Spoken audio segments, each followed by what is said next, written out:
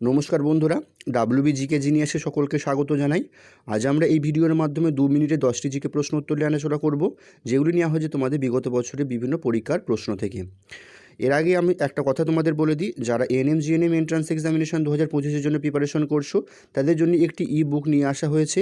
এই ই বুকটিতে তোমরা কীভাবে অধ্যায়ভিত্তিক থিওরি প্লাস এমসিকিউ এই সমস্ত সাবজেক্টগুলো তোমরা পেয়ে যাবে। এর দাম রাখা হয়েছে অনলি 199। এই বইটি পারচেস করার জন্য এই যে নাম্বারটা আছে, এই নাম্বারে হোয়াটসঅ্যাপ করলে তোমাদের সমস্ত প্রসেস বলে দেওয়া হবে।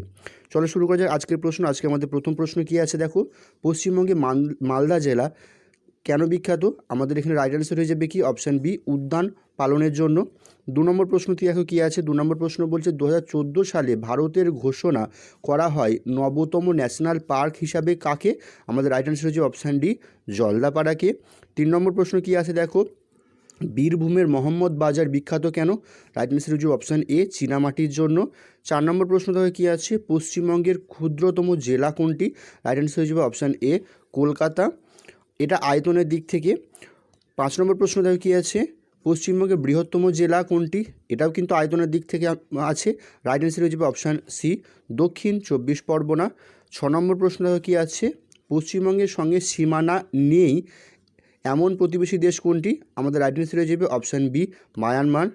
7 নম্বর প্রশ্ন কী আছে দেখো, নিম্নলিখিত কোন প্রতিবেশী রাজ্যটি পূর্বে NEFA নামে প্রথম পরিচিত ছিল? আমাদের রাইট অ্যান্সার হয়ে যাবে অপশান সি, অরুণাচল প্রদেশ। 8 নম্বর প্রশ্ন দেখো কী আছে, পশ্চিমবঙ্গের কোন জেলার জনঘনত্ব সর্বাধিক হয়ে যাবে অপশান বি, কলকাতার। 9 নম্বর প্রশ্ন কী আছে দেখো, ছৌ নৃত্যের জন্য বিখ্যাত পশ্চিমবঙ্গের যে জেলাটি, সেটি কী হয়ে যাবে অপশান বি, পুরুলিয়া।